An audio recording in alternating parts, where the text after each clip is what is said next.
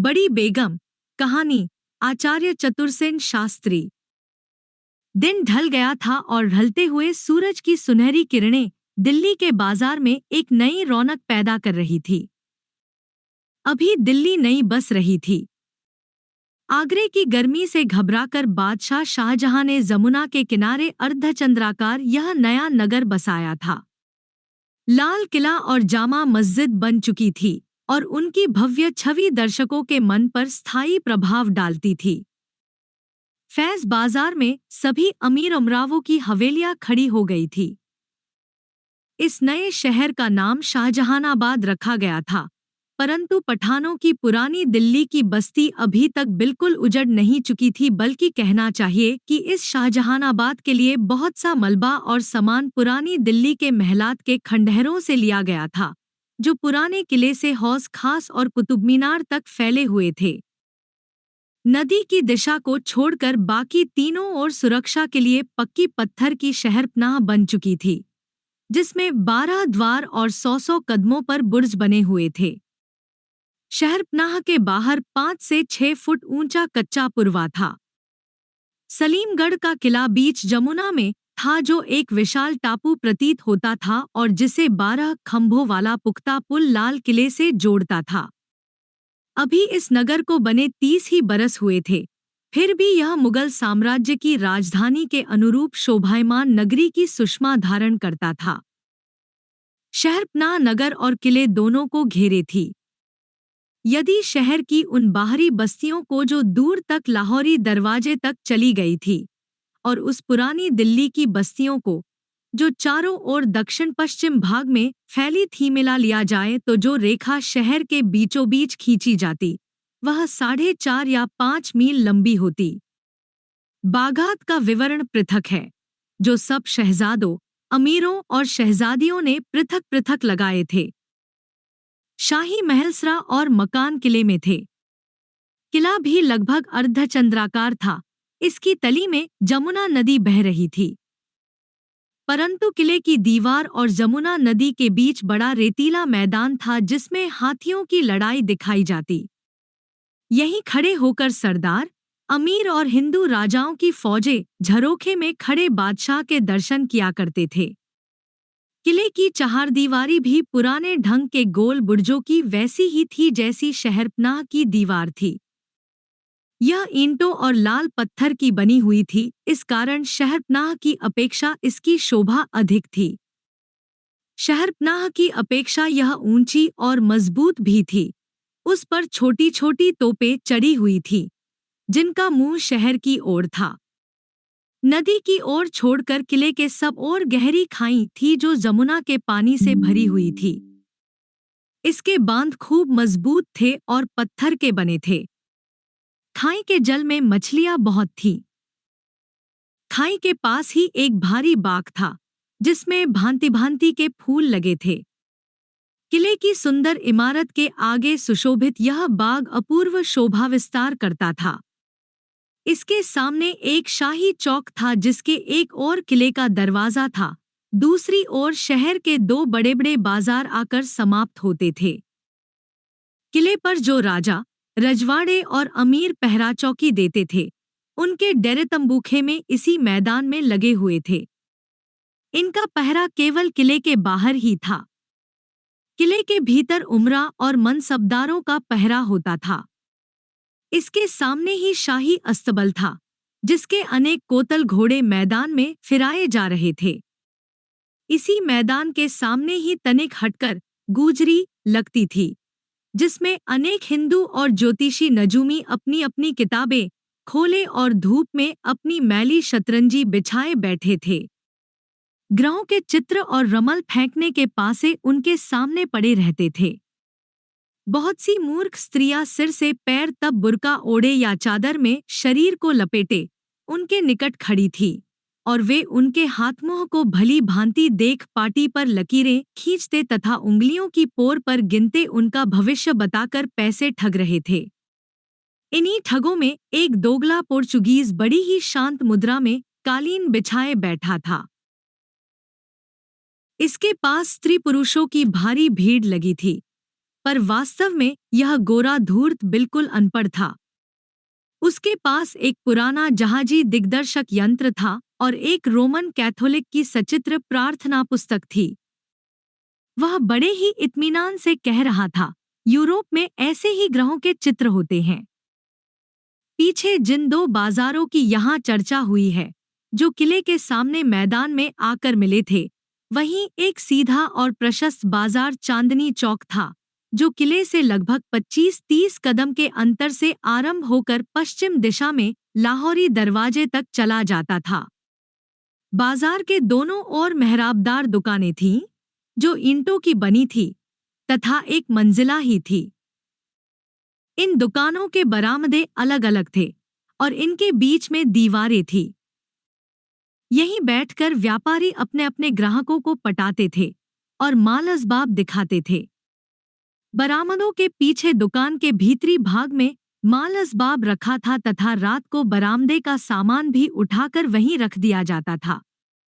इनके ऊपर व्यापारियों के रहने के घर थे, जो सुंदर प्रतीत होते थे। नगर के गली कूचे में मनसबदारों, हकीमों और धनी व्यापारियों की हवेलियां थीं, जो बड़े बड़े मोहल्लों में बंटी हुई थी। बहुत सी हवेलियों में चौक और बागीचे थे। बड़े बड़े मकानों के आसपास बहुत मकान घास-फूस के थे, जिनमें खिदमतगार, नानबाई आदि रहते थे। बड़े बड़े अमीरों के मकान नदी के किनारे शहर के बाहर थे, जो खूब कुशादा, ठंडे, हवादार और आरामदेह थे। उनमें बाग, पेड़, हौज और दालान थे तथा छोटे छोटे फव्वारे और तहखाने भी थे, जिनमें बड़े बड़े पंखे लगे हुए थे और खस की टट्टियां लगी थी। उन पर गुलाम नौकर पानी छिड़क रहे थे। बाजार की दुकानों में, जिनसे भरी थी, पश्मीना, कमखाब, जरीदार मंडीले और रेशमी कपड़े भरे थे। एक बाजार तो सिर्फ मेवों ही का था, जिसमें ईरान, समरकंद, बलख, बुखारा के मेवे बादाम, पिस्ता, किशमिश, बेर, शफ्तालू और भांति भांति के सूखे फल और रुई की तहों में लिपटे बढ़िया अंगूर, नाशपाती, सेब और सरदे भरे पड़े थे। नानबाई, हलवाई, कसाइयों की दुकानें गली-गली थी।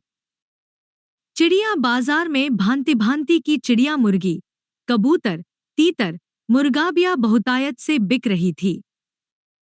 मछली बाजार में मछलियों की भरमार थी। अमीरों के गुलाम ख्वाजासरा व्यस्त भाव से अपने अपने मालिकों के लिए सौदे खरीदे रहे थे। बाजार में ऊंट, घोड़े, बहली, रथ, तामझाम, पालकी और मियानों पर अमीर लोग आ जा रहे थे। चित्रकार, नक्काश, जड़िए, मीनाकार, रंगरेज और मनिहार अपने अपने कामों में लगे थे। इस वक्त चांदनी चौक में एक खास चहल पहल नजर आ रही थी। इस समय बहुत से बरकंदाज, प्यादे, भिश्ती और झाड़ बरदार फुर्ती से अपने काम में लगे हुए थे। बरकंदाज और सवार लोगों की भीड़ को हटाकर रास्ता साफ कर रहे थे। झाड़ बरदार सड़कों का कूड़ा करकट हटा रहे थे। दुकानदार चौकन्ने होकर अपनी अपनी दुकानों को आकर्षक रीति पर सजाए उत्सुक बैठे थे। इसका कारण यह था कि आज बड़ी बेगम की सवारी किले से इसी राह आ रही थी।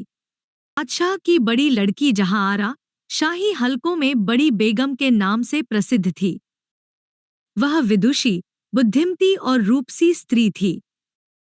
वह बड़े प्रेमी स्वभाव की थी, साथ ही दयालु और उदार थी। बादशाह ने उसके जेब खर्च के लिए 30 लाख रुपए साल नियत किए थे तथा उसके पानदान के खर्चे के लिए सूरत का इलाका दे रखा था, जिसकी आमदनी भी 30 लाख रुपए सालाना थी।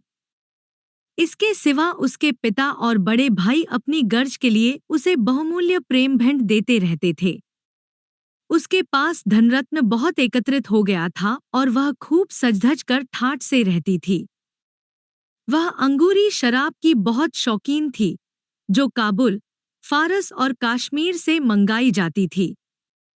वह अपनी निगरानी में भी बढ़िया शराब बनवाती, जो अंगूरों में गुलाब और मेवाड़ा डालकर बनाई जाती थी। रात को वह कभी कभी नशे में इतनी डूब जाती थी कि उसका खड़ा होना भी संभव न रहता और उसे उठाकर शैया पर डाला जाता था।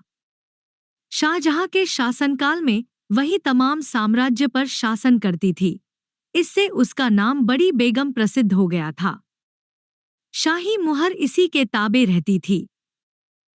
बड़ी बेगम पालकी पर सवार थी, जिस पर एक कीमती जरवफ्त का पर्दा पड़ा था, जिसमें जगह-जगह जवाहरात टंके थे।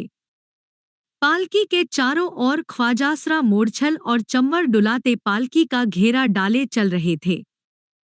वे जिसे सामने पाते उसी को धकेल कर एक और कर देते थे। बहुत से जार्जियाना गुलाम सुनहरे रुपहले डंडे हाथों में लिए जोर जोर से हटो बचो चिल्लाते जा रहे थे। उनके आगे भिश्ती तेजी से दौड़ते हुए सड़क पर पानी का छिड़काव करते जाते थे। मोरछलों और चंवरों की मूठ सोने चांदी की जड़ाऊ थी। पालकी के साथ सैकड़ों बांदियां सुनहरी पात्रों में जलती हुई सुगंध लिए चल रही थी। सबसे आगे 200 तातारी बांदियां नंगी तलवारें हाथ में लिए, तीरकमान कंधे पर कसे, सीना उभारे, सफ बांधे चल रही थी और सबके पीछे एक मनसबदार घुड़सवार रिसाले के साथ बढ़ रहा था। यह मनसबदार एक अति सुंदर युवक था। उसका रंग अत्यंत गोरा, आंख काली और चमकदार तथा बाल घुंघराले थे। वह बहुमूल्य रत्नजटित पोशाक पहने था और इतराता हुआ सा अपने रिसाले के आगे आगे चल रहा था। उसका घोड़ा भी अत्यंत चंचल और बहुमूल्य था। यह तेजस्वी सुंदर मनसबदार नजावत खा था, जो शाहबलक का भतीजा और बुखारे का शहजादा मशहूर था और बादशाह शाहजहां का कृपा पात्र मनसबदार था। इस समय बहुत से अमीर उमरा चांदनी चौक की सैर को निकले थे। इन अमीरों के ठाठ भी निराले थे। किन्हीं के साथ 10-20, किन्हीं के साथ इससे भी अधिक नौकर चाकर गुलाम पैदल दौड़ रहे थे। अमीर घोड़े पर सवार ठुमकते, धीरे धीरे पान कचरते हुए अकड़कर चल रहे थे। कुछ चलते चलते ही पेचवान पर अंबरी तंबाकू का कश खींच रहे थे। साथ साथ खवास गंगाजमनी काम की फर्शी हाथों हाथ लिए दौड़ रहे थे। गुलामों में किसी के पास पानदान, किसी के पास उगलदान, किसी के पास इत्रदान। कोई सरदार की जड़ाऊ तलवार लिए चल रहा था और इस प्रकार अमीर का बोझ हल्का कर रहा था। परंतु ये अमीर चाहे जिस शान से जा रहे हों, ज्यों ही बेगम की पालकी उनकी नजर में पड़ती उनकी सब शान हवा हो जाती। जो जहां होता तुरंत घोड़े से उतरकर सड़क के एक कोने में अपने आदमियों सहित हाथ जोड़कर अदब से खड़ा हो जाता और पालकी की ओर मुंह करके 3 बार कोर्निश करता, जिसकी सूचना तुरंत बेगम को पालकी के भीतर दे दी जाती। इस प्रकार सूचना देने के लिए जो तरुण सरदार पालकी के साथ चल रहा था, वह एक प्रकार से किशोर वय का था। अभी पूरा तारुण्य उसके मुख पर प्रकट नहीं हुआ था। वह एक सुकुमार सुंदर और सजीला किशोर था। वास्तव में यह शहजादी की उस्तानी का बेटा था, जिसका बचपन शहजादी के साथ महलसरा में बीता था और जिसे प्यार से शाही हरम में दूल्हा भाई कहते थे। यद्यपि इसकी हैसियत एक सेवक ही की थी, पर शहजादी की कृपा दृष्टि से यह ढीठ हो गया था और अपने को किसी शहजादे से कम न समझता था। उसके सब ठाट बाट भी शहजादों ही के समान थे। धीरे धीरे सवारी आगे बढ़ती जा रही थी। इसी समय सामने से एक हिंदू सरदार की सवारी आ गई। यह हिंदू सरदार बूंदी का हाड़ा राजा राव छत्रसाल था।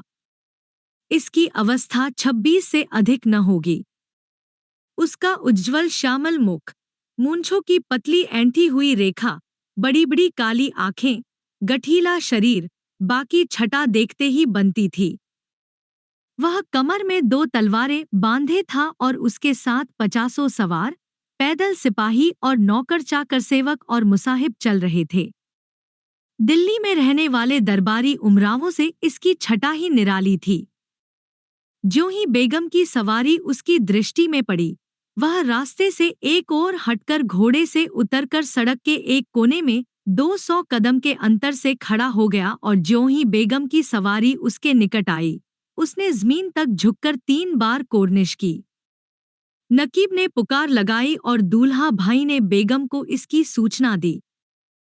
शहजादी ने तुरंत अपनी सवारी आगे बढ़ना रोक दिया और एक रत्नजड़ित कमखाब की थैली में रखकर पान का बीड़ा उसके पास भेजकर कहलाया कि वह भी सवारी के साथ रहकर उसे रौनक बख्शे। राव छत्रसाल ने फिर पालकी की ओर रुख करके सलाम किया, पान का बीड़ा आदरपूर्वक लिया और 2 कदम पीछे हटकर खड़ा हो गया। सवारी आगे बढ़ी और यह हिंदू सरदार भी पालकी के पीछे पीछे अपने सवारों के साथ चला। दुल्हा भाई ने बेगम को इस बात की इत्तला दे दी। जो मनसबदार पालकी के साथ साथ चल रहा था उसकी आंखों में इस हिंदू सरदार को देखते ही खून उतर आया, परंतु इस तरुण राजा ने उसकी तनिक भी परवाह नहीं की। अपने घोड़े को एड़ देकर और 4 कदम आगे बढ़ वह पालकी के पीछे चलने लगा। किला और शहर के बीचा जहां दिल्ली का रेलवे स्टेशन और कंपनी बाग है, वहां इस बेगम ने एक सराय बनवाई थी। यह सराय उस समय भारतवर्ष भर में श्रेष्ठ इमारत थी। इसकी सारी इमारतें दुमंजिली थी और ऊपर बड़े बड़े आलीशान सुसज्जित कमरे बने थे, जिनमें देश देश के लोग ठहरते और तफरीह करते थे। सराय में नहाने के लिए पक्के हौज, नल और बड़े बड़े बावर्ची खाने बने थे। इस सराय के इंतजाम के लिए बेगम ने योग्य कर्मचारी नियुक्त किए थे। इस समय तक भी सराय समूची बनकर तैयार नहीं हो पाई थी और हजारों कारीगर मिस्त्री उसमें चित्र विचित्र काम कर रहे थे। इस वक्त बेगम की सवारी इसी सराय की ओर जा रही थी। इसकी सूचना सराय के दारोगा को भी मिल चुकी थी और वहां बेगम की अवाई की धूमधाम मची थी। सब राहबाट साफ करके छिड़काव किया गया था। बहुत से खोजे दासदासी अपने अपने काम में लगे थे। इस समय सराय का वह भाग जहां बेगम तशरीफ रखने वाली थी और जहां एक खूबसूरत छोटा सा बगीचा था, भली भांति सजाया गया था।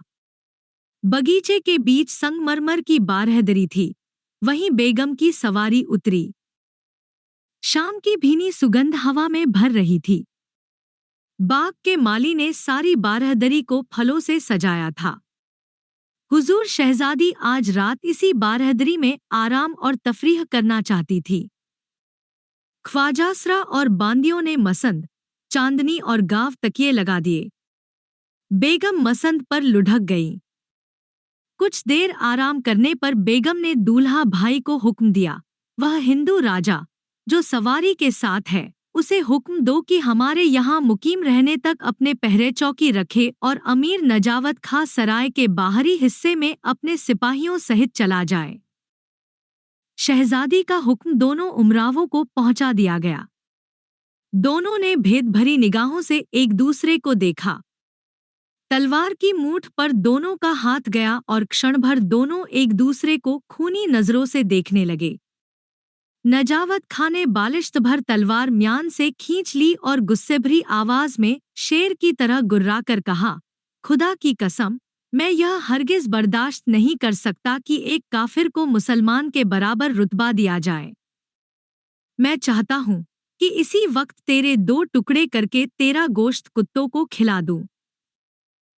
चाहता तो मैं भी यही हूँ कि इसी वक्त तुम्हारा सर भुट्टे सा उड़ा दूं। मगर बेहतर यही है कि अभी आप जनाब शहजादा नजावत अली खां बहादुर चुपचाप अपनी नौकरी ठंडे ठंडे बजा लाए, जैसा कि हुजूर शहजादी का हुक्म हुआ है, और सुबह तक भी आपके यही इरादे और दमखम रहे तो फिर हम दोनों को अपने अपने इरादे पूरे करने की बहुत गुंजाइश है। नजावत खां ने इसका कोई जवाब नहीं दिया। वह गुस्से से होंठ चबाता हुआ चला गया। राव छत्रसाल तनिक हटकर अपने घोड़े पर बैठ गया। 3 चांदनी रात थी और बारहदरी के बाहरी चमन में शहजादी अपनी खास लौंडियों के बीच मसंद पर पड़ी अपनी प्रिय अंगूरी शराब पी रही थी। यूं तो उसके लिए फारस, काश्मीर और काबुल से कीमती शीराजी और इस्तंबुल मंगाई जाती थी, परंतु उसकी अपने शौक की प्रिय वस्तु वह थी जो खास उसी की नज़रों के सामने अंगूर में गुलाब और बहुत सी मेवे डालकर बनाई जाती थी।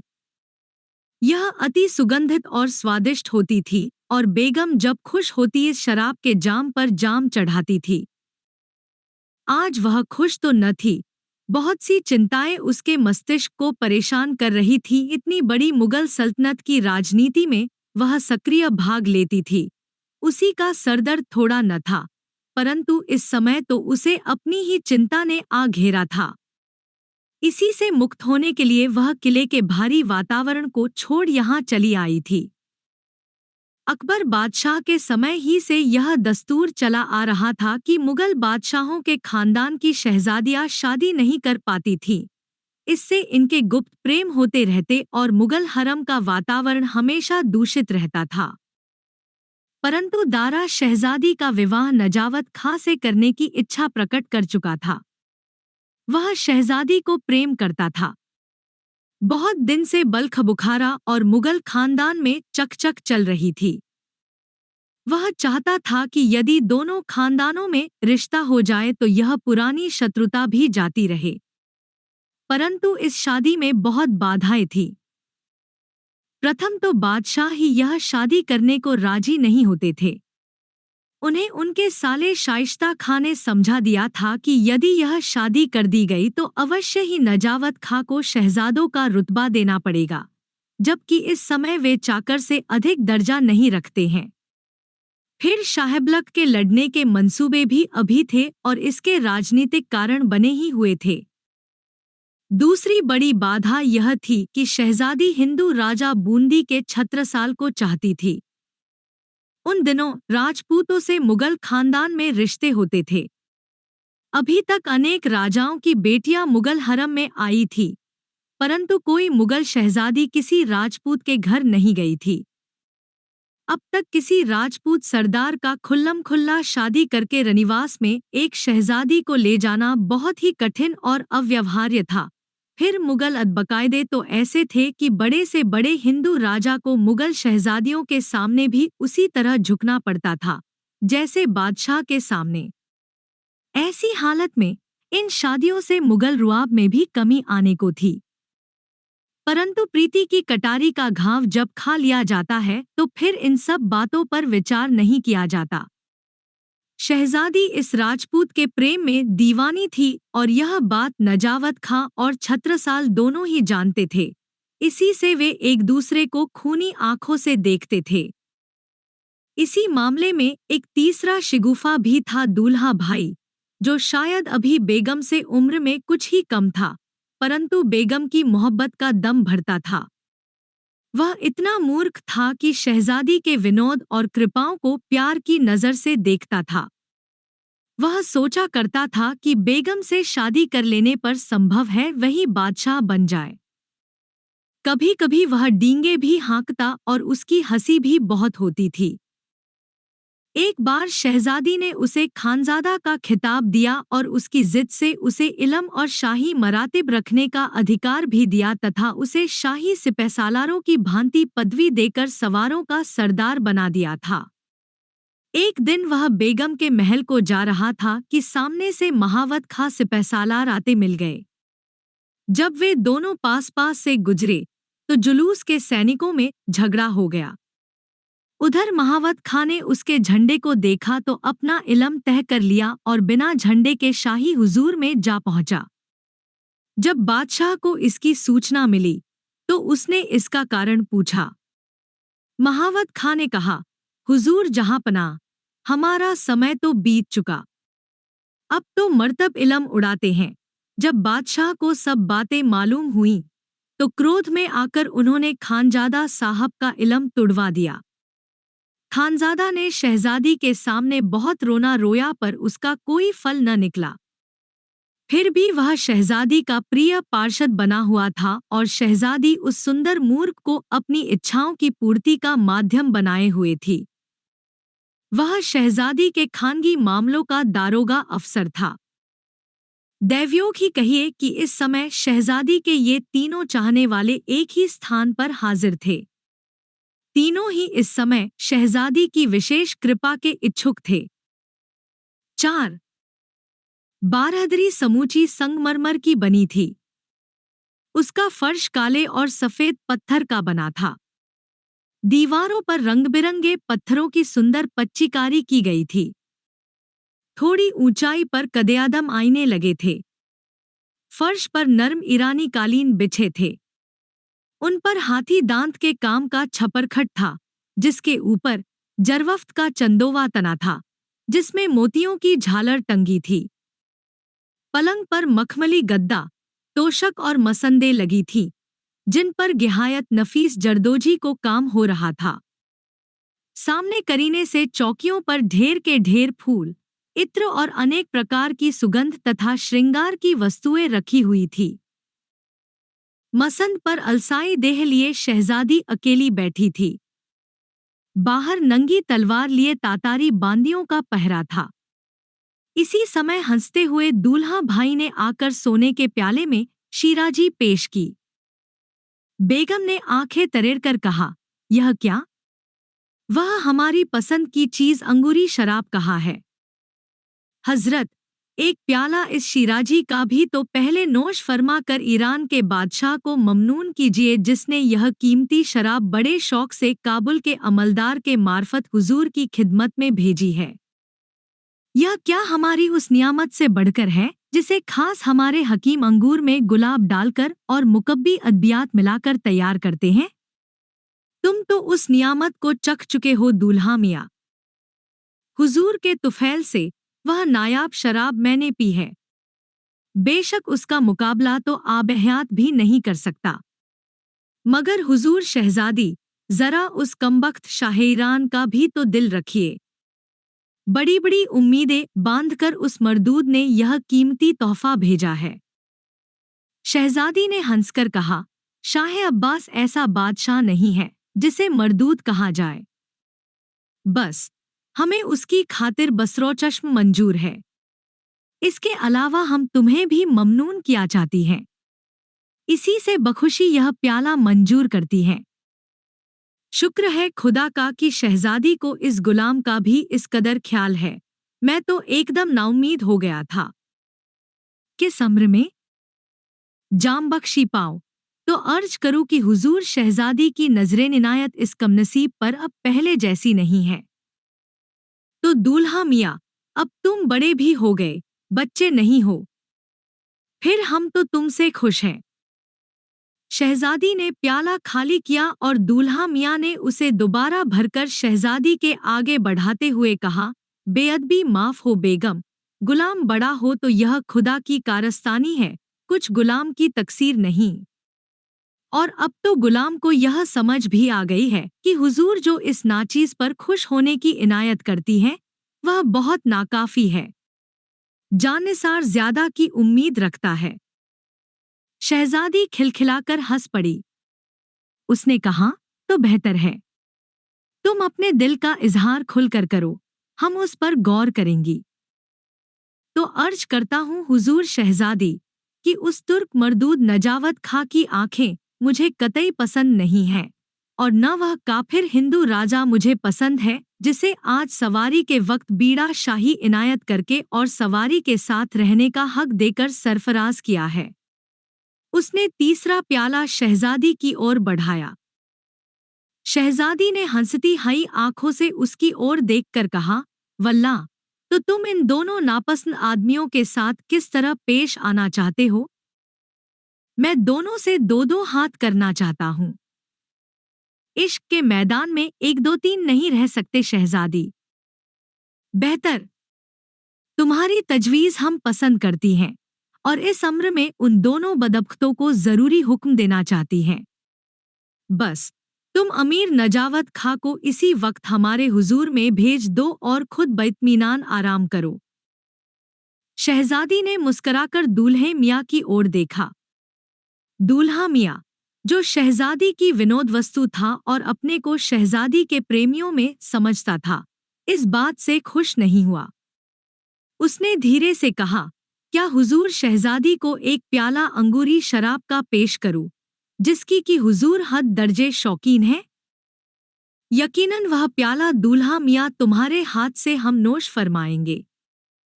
दूल्हा खुश हो गया। उसने प्याला शहजादी को पेश किया और शहजादी ने प्याला हाथ में लेकर इशारे ही से उसे कह दिया कि हुक्म की तामील हो।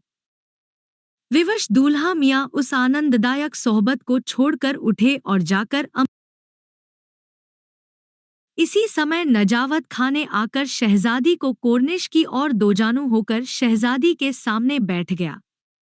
यद्यपि यह मुगल दस्तूर और अदब के विपरीत था, लेकिन प्यार मोहब्बत के मामलों में अदब का लिहाज चलता नहीं है। शहजादी ने अमीर को पान देकर कहा, अमीर खुशवक्त, इत्मीनान से बैठिए। नजावत खां उसी तरह दोजानू बैठा रहा। उसने पान लेकर शहजादी को सलाम किया और कहा, शहजादी, अब कब तक मैं जलता रहूं? तुम्हें तकलीफ क्या है दिलवर? अब वादा पूरा होना चाहिए और शर्अ की रूह से इस नाचीज को शहजादी को प्यार करने का हक मिलना चाहिए। ओह, तुम्हारा मकसद निकाह से है, शहजादी ने एक फूल के गुच्छे से खेलते हुए कहा। बेशक, हुजूर शहजादी और वालिद-ए-अहद ने मुझसे वादे किए हैं। लेकिन ये सब तो पुरानी बातें हैं, जाने मन। मुगल शहजादियों की शादी नहीं होती है। क्यों नहीं होती है? क्या आपने नहीं सुना कि मामू शाइस्ता खां ने जहांपनाह को इसकी वजह बताते हुए कहा था कि अगर ऐसा हुआ तो जिस अमीर से शादी की जाएगी उसे शहजादों की बराबरी का रुतबा देना पड़ेगा? लेकिन खुदा के फजल से मैं भी बल्ख का शहजादा हूं। तो शहजादा साहिब, हमें इससे कब इनकार है? हमारी नजरें इनायत पर आप शाकी ना हों। शाकी नहीं, मगर जो बात हो ही नहीं सकती उसके लिए हम बादशाह सलामत से अर्ज भी कैसे कर सकती हैं? लेकिन शहजादी, आप तो सल्तनत की मालिक हैं, जहां पनाह क्या आपकी बात टाल सकते हैं? फिर भी एक मनसबदार से हिंदुस्तान के बादशाह की लड़की की शादी गैर मुमकिन है। तो फिर गुनाह से फायदा? क्या तमाम हिंदुस्तान के बादशाह की शहजादी भी गुनाह कर सकती है? शहजादी, हिंदुस्तान के बादशाह के ऊपर एक दीनो दुनिया का बादशाह है। वह आम लोगों के लिए है। क्या यह भी कभी मुमकिन है कि मुगल शहजादी एक अदना मनसबदार की ताम्र लौंडी बनकर रहे? लेकिन शहजादी, बस खामोश, हम ऐसी बात सुनने के आदी नहीं। बस, हम अपनी खुशी से जिस कदर इनायत तुम पर करें, उतने ही में आसूदा रहो। मगर मेरी भी कुछ ख्वाहिशात है होंगी, हम फिलहाल इस अम्र पर गौर नहीं कर सकती। तुम्हारी इल्तिजा से हमने आज यहाँ बारहदरी में मुकाम किया और तुमसे मुलाकात की। हम चाहती हैं कि आइंदा अपने इरादों को काबू में रखो। तो हुजूर, मेरी एक अर्ज है। अर्ज करो। मुझे भी अमीर मीर जुमला के साथ दक्कन भेज दीजिए, ताकि अपनी आंखों से मैं वह सब न देख सकूं जिसे देखने का मैं आदी नहीं हूं। तुम्हारा मकसद क्या है? शहजादी, वह काफिर हिंदू राजा, जिसमें हुजूर खास दिलचस्पी ले रही हैं, मैं उसे कल कत्ल करूंगा और दक्कन चला जाऊंगा और फिर आपको मुंह न दिखाऊंगा। नजावत खां तेजी से उठकर चल दिया। बाहर आकर उसने देखा खानजादा साहब सामने हाजिर हैं। खानजादा ने आगे बढ़कर कहा, आदाब अर्ज है मनसबदार साहिब, कहिए शहजादी से शादी तय हो गई? नजावत खां ने घृणा और क्रोध में भरकर कहा, मरदूद, नामाकूल, तेरा सर धड़ से अलहदा करूंगा। बखुशी, मनसबदार साहिब, मगर शादी का जुलूस देख लेने के बाद वह हंसता हुआ एक ओर चला गया और नजावत खां तावपेंच खाता दूसरी ओर। 5. शहजादी कुछ देर फूलों के एक गुलदस्ते को उछालती रही। कुछ देर बाद उसने दस्तक दी। चांदनी खूब चटक रही थी और बेगम अंगूरी शराब के नशे में मस्त थी। उसका शरीर मसंद पर अस्तव्यस्त पड़ा था। आंखें नशे में झूम रही थी। उसकी प्यारी विश्वासिनी बांदी हुस्नबानो और खास ख्वाजासरा रुस्तम उसकी खिदमत में हाजिर थे। इस समय आधी रात बीत रही थी और ठंडी सुगंधित हवा चल रही थी। उसने एक बार घूर्णित नेत्रों से इधर-उधर देखा और रुस्तम की ओर रुख कर कहा, वह हिंदू राजा चौकी पर मुस्तैद है ना? जी हाँ खुदावंद। तो उसे हमारे रूबरू हाजिर कर। अपनी मेहरबानियों से हम उसे सरफराज किया चाहती हैं। रुस्तम सिर झुकाकर चला गया।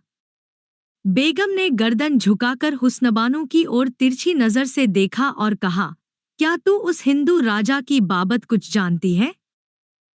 सिर्फ इतना ही कि वह एक दयानतदार और नेक रईस है। बस। खूबसूरत और बाका भी एक ही है। हरामजादी, क्या तेरी तबीयत उस पर मायल है? बेगम ने उत्तेजित होकर हाथ का गुलदस्ता बांदी पर दे मारा। बांदी ने जमीन तक झुककर बेगम को सलाम किया और कहा, एक प्याला शिराजी दूं सरकार? दे। गुलाब और इस्तंबोल भी मिला।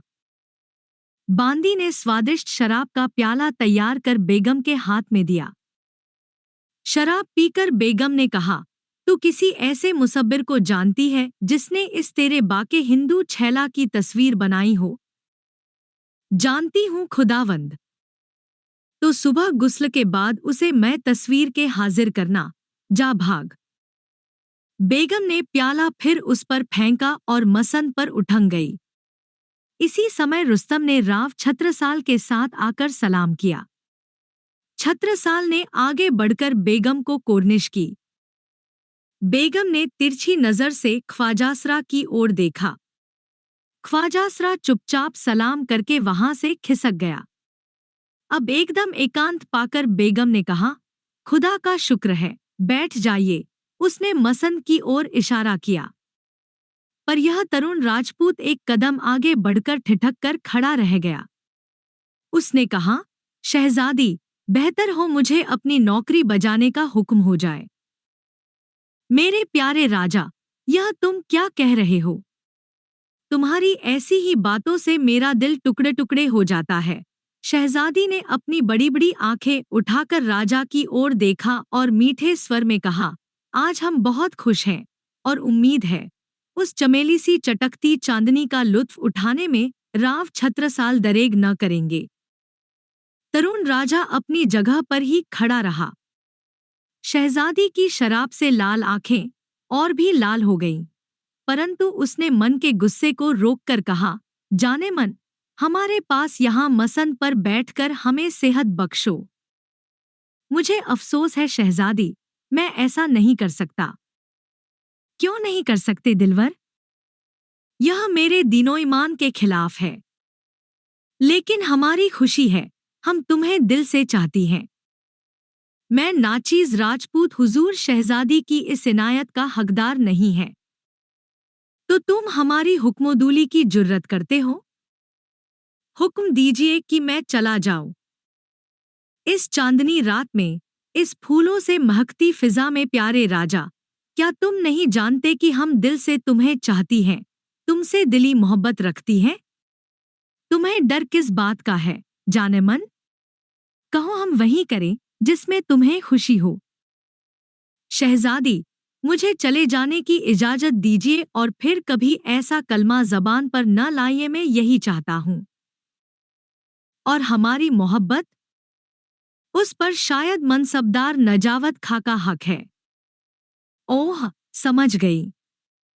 तुम्हें रश्क हो सकता है दिलवर, लेकिन हम तुम्हें चाहती हैं, सिर्फ तुम्हें। तुम मेरे दिलवर हो। जिस दिन मैंने पहली बार झरोखे से तुम्हें घोड़े पर सवार आते देखा जिसकी टाप जमीन पर नहीं पड़ती थी और तुम उस पर पत्थर की मूर्ति की तरह अचल बैठे थे, तभी से तुम्हारी वह मूर्ति हमारे मन में बस गई है दिलवर। उस दिन तुम्हें देख हम अपने को भूल गईं। तभी से हमारा दिल बेचैन है। हम तुम्हें अपने आगोश में बैठाकर खुशहाल होना चाहती हैं। हरचंद हमने तुम्हें बुलाया और तुमने इनकार कर दिया। मेरे खतूत और तोहफे तुमने लौटा दिए। आज हमने तुम्हें पाया है। अब हमारे पास आकर बैठो। हम अपने हाथ से तुम्हें इत्र लगाए, तुम्हें प्यार करें और अपने दिल की आग को बुझाए। हज़रत बेगम साहिबा, इस वक्त आपकी तबीयत नासाज है, मैं जाता हूँ। बेगम शेरनी की तरह गरज उठी। तुम्हारी यह हिमाकत हमारी आरजू और मोहब्बत को ठुकराओ। क्या तुम नहीं जानते कि हमारे गुस्से में पड़कर बड़ी से बड़ी ताकत को दोस्ख की आग में जलना पड़ता है। लेकिन राजा पर इस बात का भी कोई असर नहीं हुआ। उसने बेगम की किसी बात का जवाब नहीं दिया। उसने मस्तक झुकाकर बेगम का अभिवादन किया और तेजी से चल दिया। बेगम पैर से कुचली हुई नागिन की भांति फुफकारती हुई मसन पर छटपटाने लगी। राजा के बाहर आते ही दूल्हा ने सलाम करके हंसते हुए कहा, मुबारक राजा साहिब, मुबाकर, शहजादी का प्रेम मुबारक।